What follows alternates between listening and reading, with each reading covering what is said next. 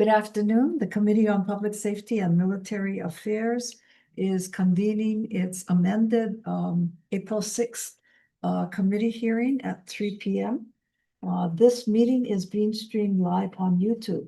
In the unlikely event that we have to end this hearing due to technical difficulties, the committee will reconvene to discuss any outstanding business at 3 p.m. on April 8, 2026.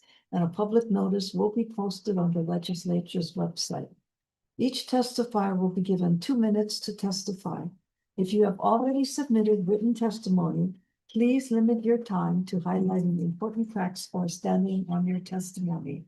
We have 2 resolutions that we're going to be taking up today, and then we'll be going right into the governor's messages and hopefully following up and confirming on some of these messages. So the first pair of resolutions is Senate Concurrent Resolution 55 and Senate Resolution 53, which supports the findings and recommendations of the Hawaii Water Safety Coalition's Hawaii Water Safety Plan. And we have a variety of testifiers. We've received 26 written testimonies in support, 1 in opposition, and 1 set of comments. So first up, we have Department of Education, which has submitted comments. I don't see Mr. Hayashi at this point, so we'll move on to Hawaiian Lifeguard Association, Kalani Vieira.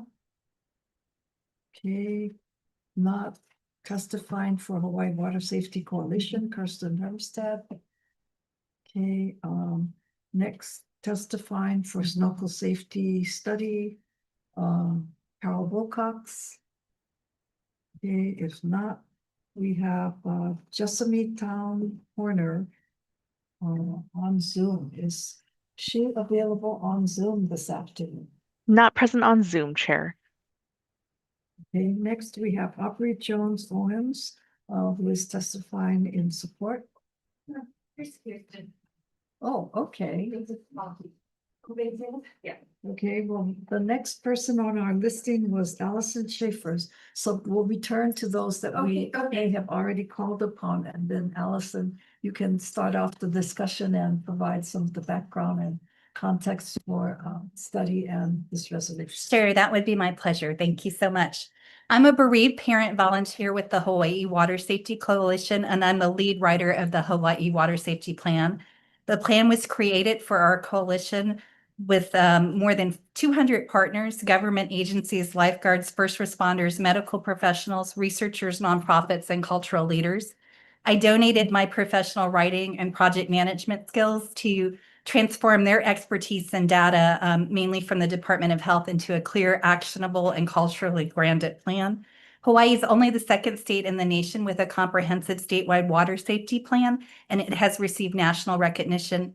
This work is urgent. Hawaii has the 2nd highest drowning rate in the country. Drowning is the leading cause of death for Hawaii's children ages 1 to 15, and it's the leading injury-related killer of visitors. This is not simply because we are surrounded by water. Outside of Alaska, Hawaii is the only state in the top 15 for water coverage that also has some of the worst resident drowning rates. Likely because we lack equitable access to swim instruction and water competency. Less than 2% of our 2nd graders can save themselves from drowning. Native Hawaiian and Pacific Islander communities are drowning at 1.5 times the rate of the general population, and they're keiki at 3 times the rate. The economic cost is staggering.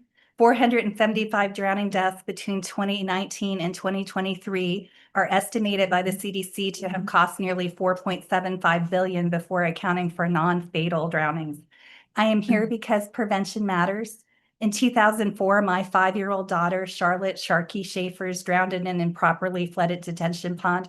Her death was preventable. While most drownings occur in the ocean, children under 5 typically drown in pools and other bodies of water. And recent Kona low storms remind us that drowning prevention must be part of disaster and climate resilience planning. The Hawaii Water Safety Plan addresses all these hazards statewide. The resolutions recognize drowning as a preventable public health crisis, advance equity, reduce long-term costs, and save lives. Legislative support is essential, so I thank you very kindly for your leadership. Right on the dot. Thank you very much.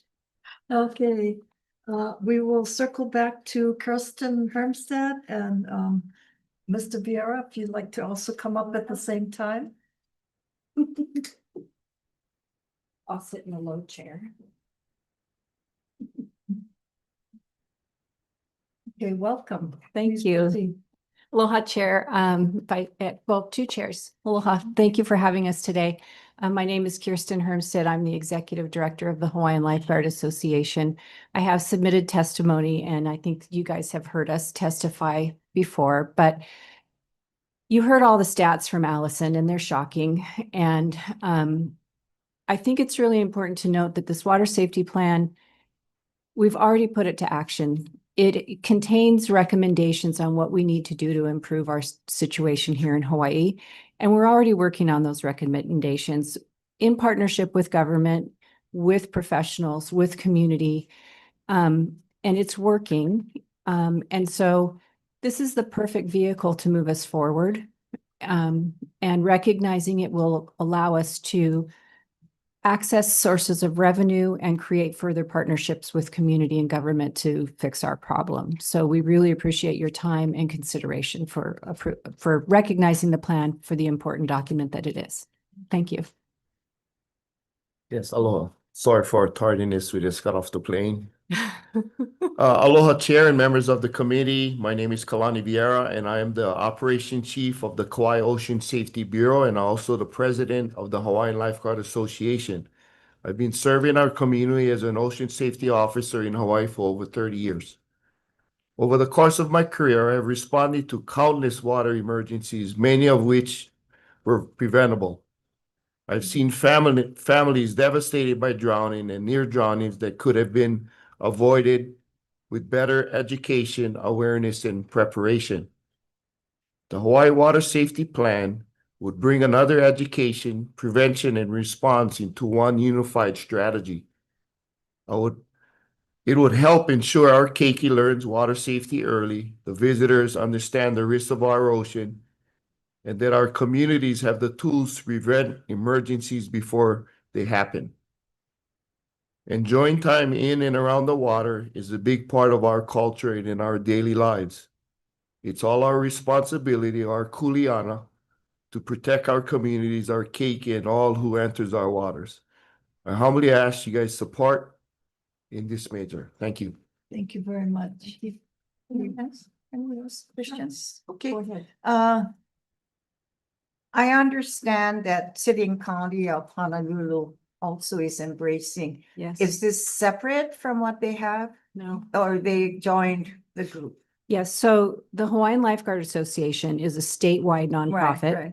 And the Hawaii Water Safety Coalition is a program of the Hawaiian Lifeguard Association. And so that the plan was developed by the coalition with the support of all four, at that time, county lifeguard bureaus. And so, yes, it's all one plan for the whole state, supported by all four bureaus. Yeah, it's kind of interesting too that you're here from Kauai because I'm a swimmer. I mean, in my young days, but I enjoyed the water. But I've noticed that Kauai has almost like every week visitors were drowning, including some residents. And it comes to mind certain periods, and I think if you're local, you know about the water during seasons. And it always comes to mind, like I was taught, and we learned about, you don't get into the water during the winter season. And so I'm just wondering, with visitors, if they're not briefed, or educated about, the seasonal waters that happens, the undertows. I mean, I've been taken undertows as well, but because I swim, you can somehow try to save yourself. But I'm not sure, how we can advance the education part And you know, when visitors are here at the hotels, I mean, we know they're there, but you know, those who are, you know, concerned about these issues are not around to tell them.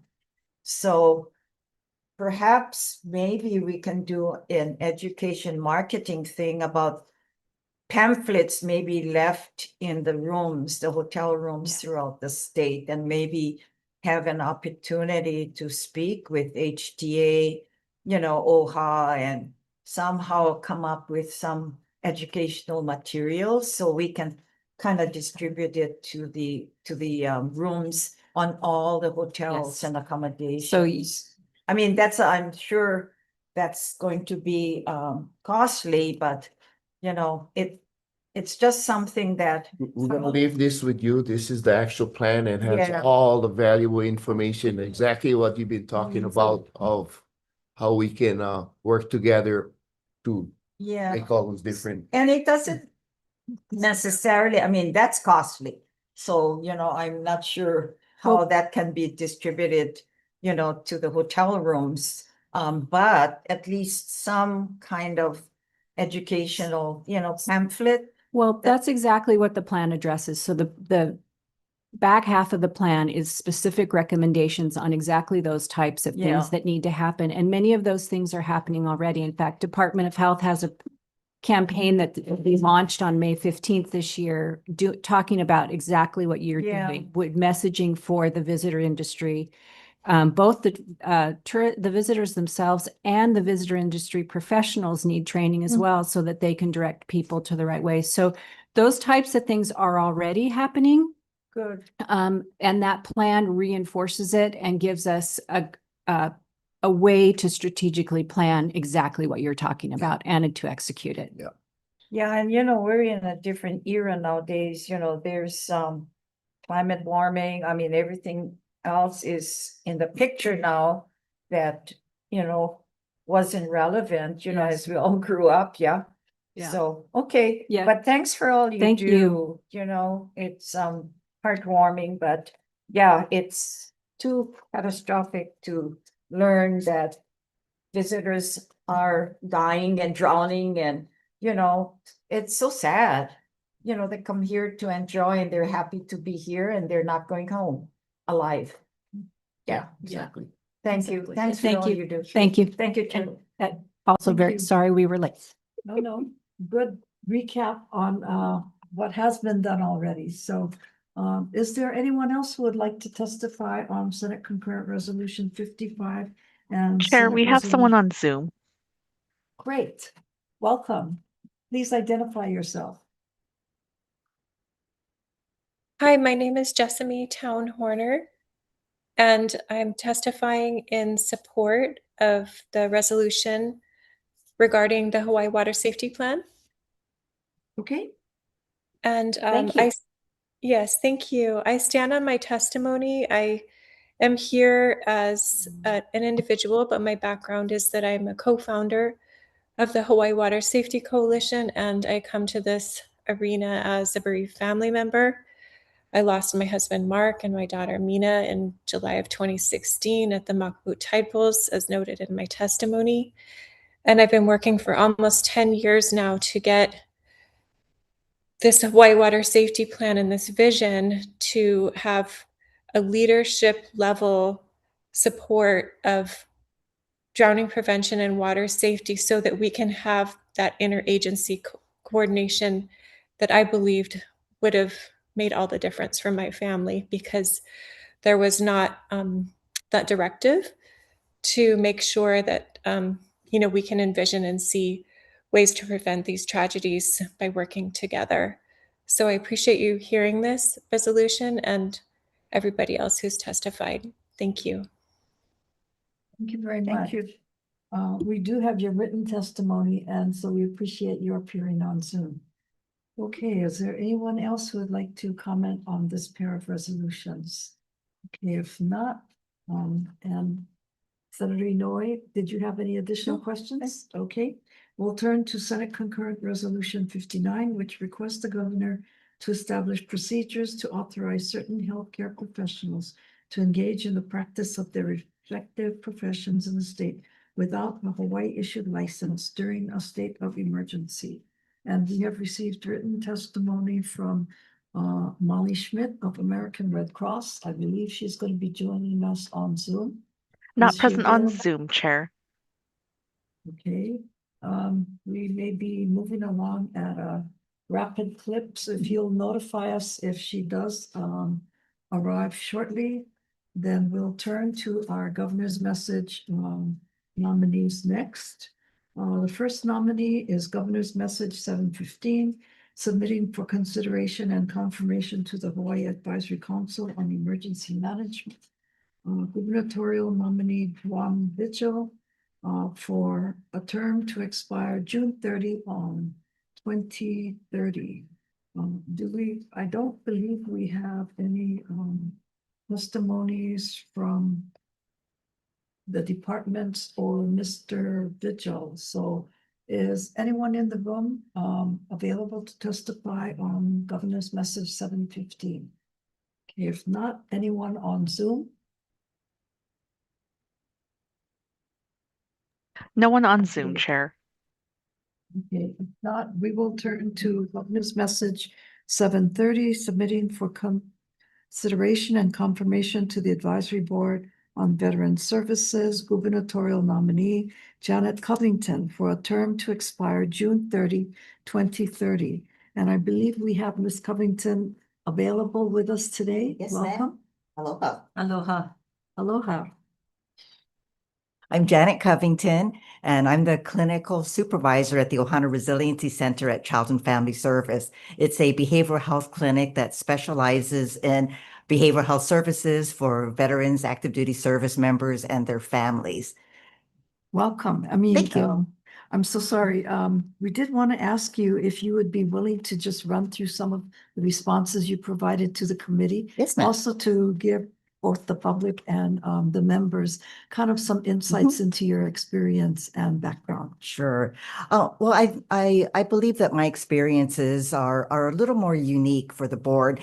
I am the child of an active duty service member who retired a few decades ago. So I spent most of my childhood traveling from base to base and really experiencing the military lifestyle. We came to Hawaii when I was 7 years old, and my mom and dad just loved it here. My mom is from Japan. My dad is from Pittsburgh. And my dad said, this is not a place that Pittsburgh is not the place I want to live the rest of my life, but Hawaii, this is paradise. And it was close to Japan too. So they made it a point that Hawaii would be their home when he finished his service. So when I was 12, we came back here and he retired here, and I've been here ever since. And my husband is a Vietnam veteran. He was in the Air Force. So I've had the experience from a family member standpoint of serving in the military. But the other side of it is being in behavioral health. I have seen firsthand the challenges that our service members and our veterans experience. And there is great need. And I feel that as a member of this particular board, that I can bring that experience, front and center to really look at veteran mental health needs and family needs and be able to support them in that way. I have a passion, and a commitment, for military service members because of my dad being in the Army, my husband being in the Air Force. My dad served in the Korean and Vietnam Wars. He's 95 years old. He's quite elderly, but still kicking, still ornery. And my husband is a Vietnam veteran. So, just being able to see what their challenges are, I think has made me want to help in big ways. So I try as much as possible to volunteer, in organizations that help veterans. And I believe that this is another way that I can bring forth the experiences I have. Mental health was not my first profession. I have worked in other industries. I was in public relations and advertising when I first graduated with my bachelor's degree. I worked in property management, in a capacity to manage resort condominiums. I have served for about a decade as the executive director of the Aloha Festivals. So I did a lot of work with our local community, and volunteerism was very big there. And also was the fundraiser for the Hawaiian Humane Society before I returned to school to get my master's degree. And then behavioral health spoke to me, and I decided at a advanced age that I was going to switch gears and change professions, and that's what got me to where I am today. And so I think that when people ask me what I do, and sometimes, when I leave the house, my husband will say, "So what are you going to do today?" And I say, "Oh, I'm going to heal hearts and mend minds and soothe souls." And I walk out the door and he says, "You go, girl." But I believe that that's what we're all here to do. We're all here to help our communities and the people that are in Hawaii, of which veterans are a very, very large percent of. And so I would hope that in your discussions that you would find my experiences to be something that could very much add on to our board, and to help me move forward with my commitment to serve our veterans and their families. Well, thank you. You have really covered a lot of ground in a very short time. But I hope I was within my time. Thank you. Thank you so We will call up some of our other testifiers and ask you to come back if we have questions, but I think you've covered everything that we could possibly ask. Okay, and more. Thank you so much. Thank you. Thank you. Thank you for having the opportunity to have your name there. This is one thing that throughout our state, the counties have problems to getting people to run for commissions, or, so having, submitted your name as well, and offered to serve, and our veterans certainly needs a lot of help. But today, at least we know that the veterans are well served compared to prior years. The counties and people like yourself are out there. Thank you, Chair. Okay, we also have Department of Defense, John Almaden for Office of Veteran Services. Welcome. Aloha, Chair Fukunaga, Senator Inouye, John Alamoden, State of Hawaii, Department of Defense, Office of Veteran Services. I stand on my testimony strong support, but would like to add, I've known Janet Covington since I returned from my third deployment in 2018. Currently, my role on the military side as Chief of Behavioral Health, I interface with Janet Covington constantly on mental health issues regarding our National Guard members, in addition to veterans as well. When you look at the composition of the highest need, whether it be related to chronic illness or alcohol, drug abuse, suicidality, and other issues facing veterans, including transition from military service to civilian life, Janet Covington has very, very much in-depth knowledge of what those kind of journeys look like. And oftentimes it is a struggle. So to have someone of her expertise within the State Advisory Board will be a tremendous, what we call a force multiplier in our efforts to perhaps reach out to veterans who may hesitate to reach out to agencies such as the VA and so forth, because of whether it be a stigma from how they view themselves, in addition to just being intimidated by systems. And her knowledge base to be able to help veterans navigate through those difficult times will be a tremendous addition onto the board. So thank you for my opportunity to testify, and very much in strong support of Janet Covington's candidacy. Thank you very much. Thank you. Okay, we have also received a number of other written testimonies in support of this nomination. I don't believe they signed up to testify. I'm just going to run through them very quickly. Amanda Pump from Child and Family Services, Jack Covington. Is there anyone else who would like to comment on Governor's Message 730? If not, thank you very much for your comments. We'll turn next to Governor's Message 731. This is submitting for consideration and confirmation to the Advisory Board on Veteran Services, gubernatorial nominee Jason Peel, for term to expire on June 30, 2030. And I believe we have Colonel Pierre Peel here with us this afternoon. And you were here last week when we did the Vietnam Veterans Medal. So thank you very much for coming back again. Please, if you have any opening remarks, if you'd like to walk through, some of your responses to the committee's questions. I do. Thank you, ma'am. Chair, distinguished members of the committee, good afternoon and aloha. My name is Jason Seal. Thank you for the opportunity to appear before you today in support of my nomination to the State Advisory Board on Veterans Services. I come before you with over 27 years of dedicated service in the United States Marine Corps.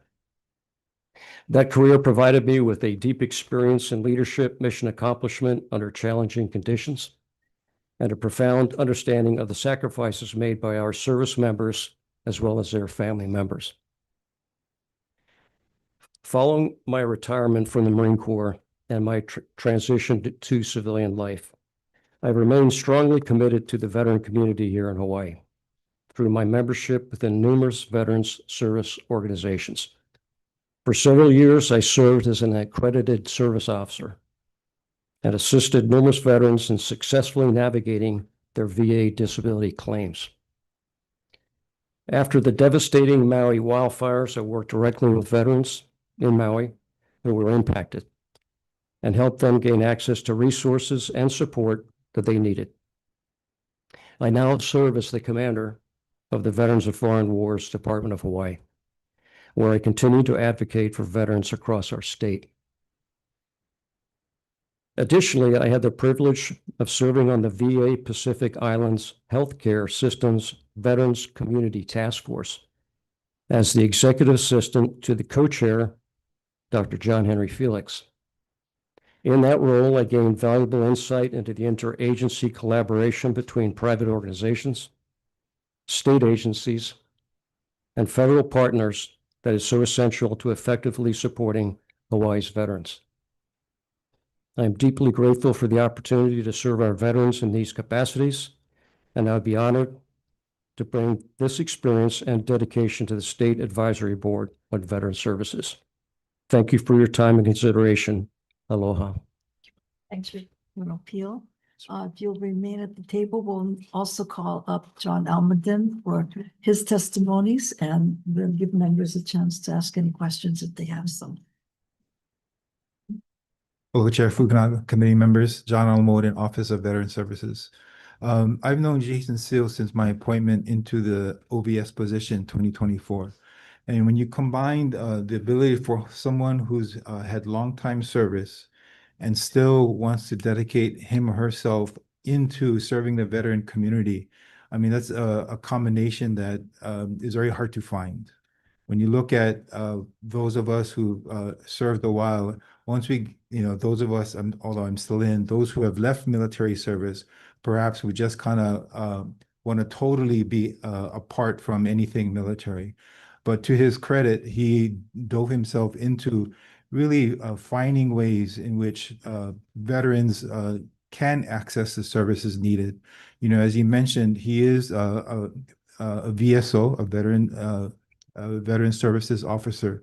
So that experience would be unique on the board. We don't have anyone who's served in that capacity. So certainly he can provide the insights with regard to why it is challenging at times to access the VA. One would think with the wealth of resource, surely there shouldn't be no issue, but there is. And so certainly someone with his experience can provide that added insight to guide the board into directions and how the OVS as a state entity can better interface with the VA as a federal entity. Thank you very much. Thank you. Members, any questions? Kind of just curious, I noticed in your resume that you're a life member of the American Legion. Is the American Legion still alive and well, or that service? Yes, ma'am, it is. And the reason why I brought it up, of course, lifetime member of the sugar plantation families. And I remember one of our neighbors who was a Filipino immigrant, worked in the plantations. He was a member of the American Legion, And we had an American Legion building on Banyan Drive. And so they had their own, accommodations for their meetings. And I'm thinking, wow, that's gone. I mean, because a hotel already was built after I'm not sure if the American Legion owned the building, but they must have, because that was their go-to place. And so it disappeared. And that's why I'm asking, is it still, active? And Yes, ma'am. And they are a very healthy part of the Oahu Veterans Council. In fact, the last so how many on the islands do we still have active American Legions? the exact number, Yeah, because Senator, do we have one on the Big Island? I believe we have two. I might be wrong, but I believe we have two. But yes, the American Legion is still very active in the state. Great. Okay. That was good to know, because I've been at that building, because Banyan Drive is where, we all used to go swimming, and I also attended events, because the gentleman I spoke about was our neighbor. So he would take us there when there were special events as guests. But, and thanks for all you do as well. Thank you, Senator Noy, our West Hawaii State Advisory Board member, retired Command Sergeant Major James Hussey. He's an active member of the West Side American Legion. Oh, okay. Yes. Thank you. Okay, Thank you, any Chair. further questions? If not, thank you very much, gentlemen. Thank you, Chair. It's been a kind of a very rewarding glimpse of some of the things that we might be able to do with some of your experience. Finally, we will turn to our last GM message, 786, submitting for consideration and confirmation to the Crime Victim Compensation Commission, gubernatorial nominee Joe Byrne, for a term to expire June 30, 2030. And I believe we have Ms. Byrne here, as well as the representative from the Crime Victim Compensation Commission. Welcome. Thank you. Thank you, Chair Fukunaga and members of the committee. I am Joe Kamai-Byrne, and I have just recently completed my first term as a commissioner on the Crime Victims Commission and Compensation Commission. And I have found it a very educational and rewarding opportunity to serve. And I would appreciate an opportunity to continue if that's possible. I believe in public service. I just don't have enough energy to run for public office. So It takes a lot of energy. It takes a lot of energy. So having an opportunity to serve on a commission that's as meaningful as the Crime Victim Compensation Commission is one area that would really fulfill my own personal goal to be an active member in a democracy serving Hawaii and our community. I have a very long, nowadays very long history of advocacy starting from the 1980s, 1990s in women's and children's issues, in domestic violence, in rights for women, and numerous opportunities to serve on boards and nonprofits. And I bring that experience to this opportunity to serve, because we learned to listen to those who are not necessarily recognized oftentimes. And our laws focus, and rightfully so, on the rights of those who are accused of crimes. But the victim in the past has always been overlooked, and yet they are the ones that often suffer the greatest. And so this commission is very valuable from that perspective, that we are now listening to, serving, and trying to support those who were often forgotten. So this is why it seems it is a very important and very appealing opportunity for me to serve. Thank you very much. Is this a separate commission from VASH? Yes. Yes. Oh, okay. Mhm. But VASH seems like their policies were an interest to make sure that victims are taken care of and also bring victims back to testifying courts. Is that what you do as well for We're this commission?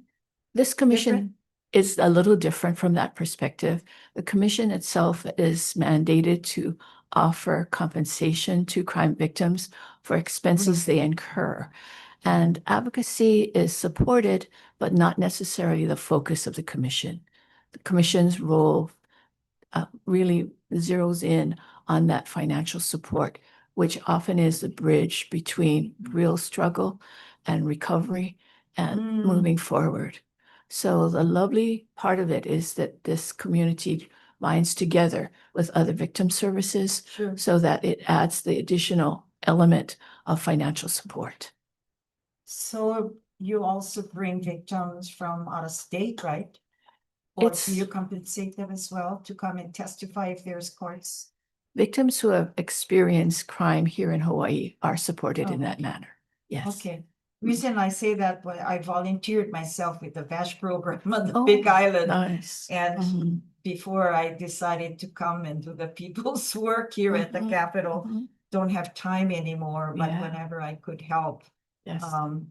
that's something that we need to address for our our visitors, Yes. because they sometimes are the victims as Yes. well, Yes. and everyone else that needs assistance. We thank you for your service. Actually, it was an experience just like that, an episode in which way back in the 1980s, late 80s or 90s, there Right. was a Scandinavian visitor who was gang raped in Waianae.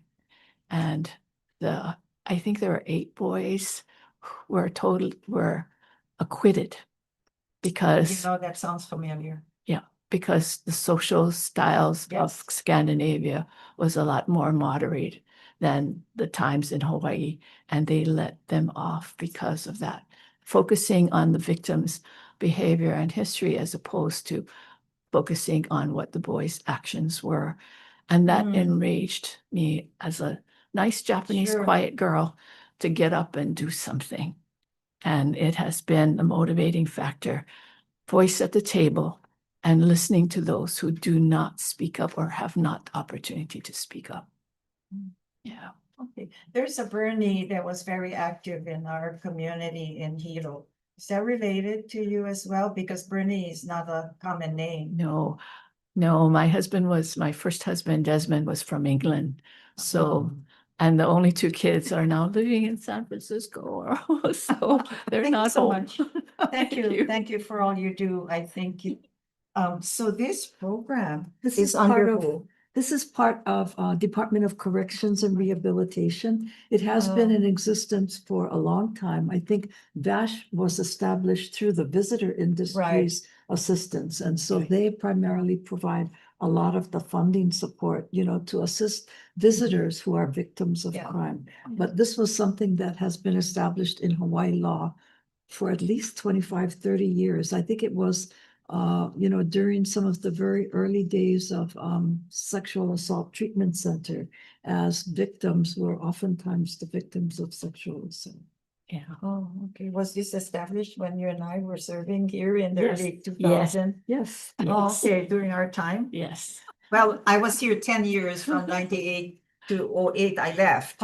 Then I returned in 2014. So, okay, thank you. Thank you for all you do. But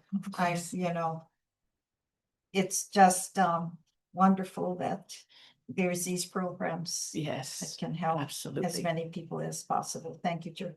Okay, thank you very much, Ms. Thank you. Byrne. We also have, on behalf of Crime Victim Compensation Commission, Executive Director Ferguson Bray.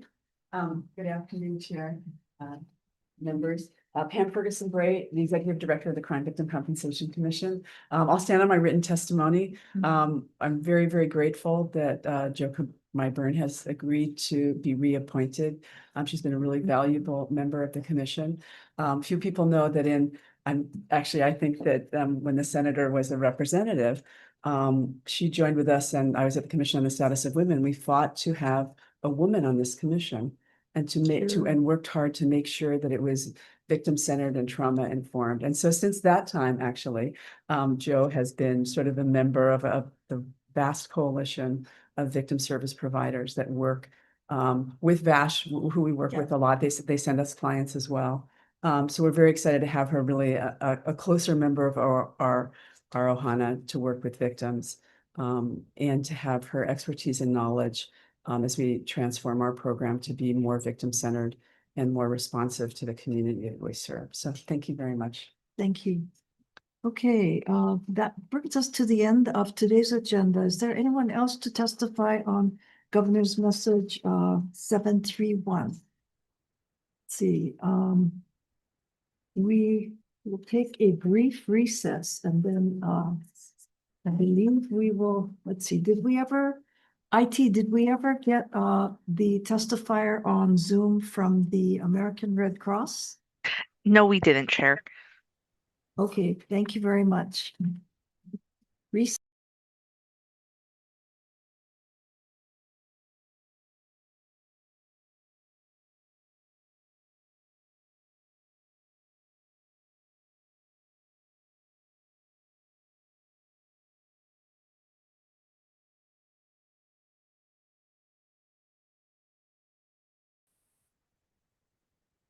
Good afternoon. We're resuming this afternoon's Committee on Public Safety and Military Affairs.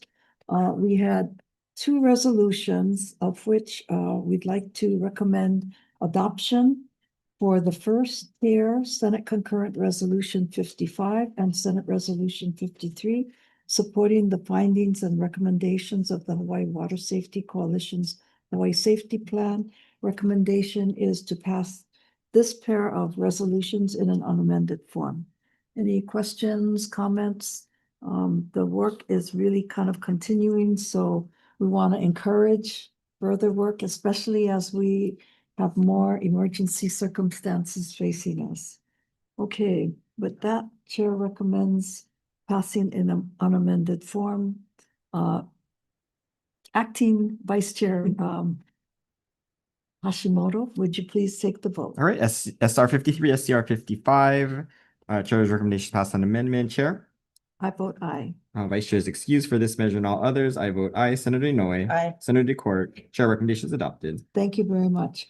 On the next resolution, Senate Concurrent Resolution 59, requesting the governor to establish procedures to authorize certain healthcare professionals to engage in the practice of their professions in the state without a Hawaii-issued license during a state of emergency. The American Red Cross testimony, written testimony, did have a number of recommendations, which the chair would like to adopt so as to make it as smooth as possible for us to be able to accept the availability of healthcare professionals, especially during emergency circumstances. There are also a couple of technical and non-substantive amendments that our drafting agency has identified.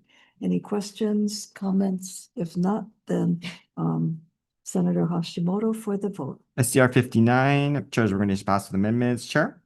I vote aye. Any members voting with reservations or no? Without others voting aye, recommendations adopted. Thank you. On the next Governor's Message 715, we have sort of a puzzling situation in which this was part of a prior agenda and the individual had to withdraw for that particular agenda due to a family emergency. This individual has not responded or submitted any comments, so we would like to defer action on this particular governor's message and see whether the governor has additional individuals that they would like to consider. For June 715. 715, this is nominee Juan Vigil. Okay. Next, So are we deferring it or, okay? And we will report back to the governor and see how he would like to proceed. No, we're just deferring to confer with the governor. Next three on the agenda today, governor's message 7:30 for gubernatorial nominee Janet Covington for the Veterans Board on Veteran Services. Governor's message 7:31 for Colonel Jason Peel, nomination to the Board on Veteran Services, and governor's message 7:86 for gubernatorial nominee Joe Byrne for the Crime Victim Compensation Commission. Chair would like to recommend that we advise on consent on all three of these recommendations. Any questions, comments? Okay, if not, then Senator Hashimoto. Members, this is GM 730, 731, and 786. Chair, I vote aye. any members voting with reservations or noes? With all others voting aye, recommendations adopted. Okay, thank you. Thank you. And we have three governor's messages from a prior hearing. First one is Raymond Mullen, governor's message 623, nominee to the Correctional Industries Advisory Committee. Governor's message 624, gubernatorial nominee Cheryl Inoue for the Hawaii Paroling Authority. And the third one is governor's message 625, gubernatorial nominee Robert Harder to the Advisory Council on Emergency Management.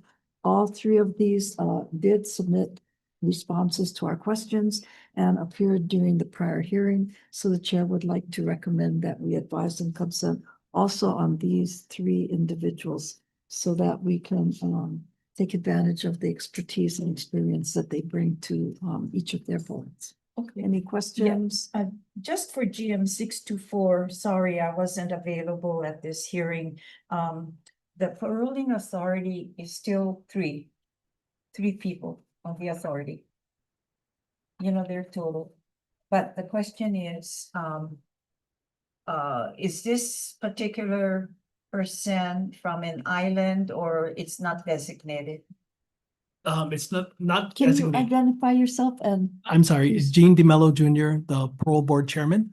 So Miss Inoue is from the island of Oahu, and there are 3 active and myself sitting members. We are currently recruiting a 4th. Okay. Yeah. So, but the authority is not specific for islands or whatever, so most of them are Oahu The majority, we have had Neighbor Island before. served, Okay. yes, in the Okay, past. but you have the 3 now is all Oahu. Oh, yes. Oh, thank you. Thank you for the clarification. Thank you. Okay, so recommendation is to advise and consent. Senator Hashimoto. This is for GM 623, 624, 625. Chair's recommendation to advise and consent. Chair, I vote aye. members, any voting with reservations or noes? With all others voting aye, recommendations adopted. Thank you. This brings us to the end of today's agenda. Thank you very much, members. We are adjourned.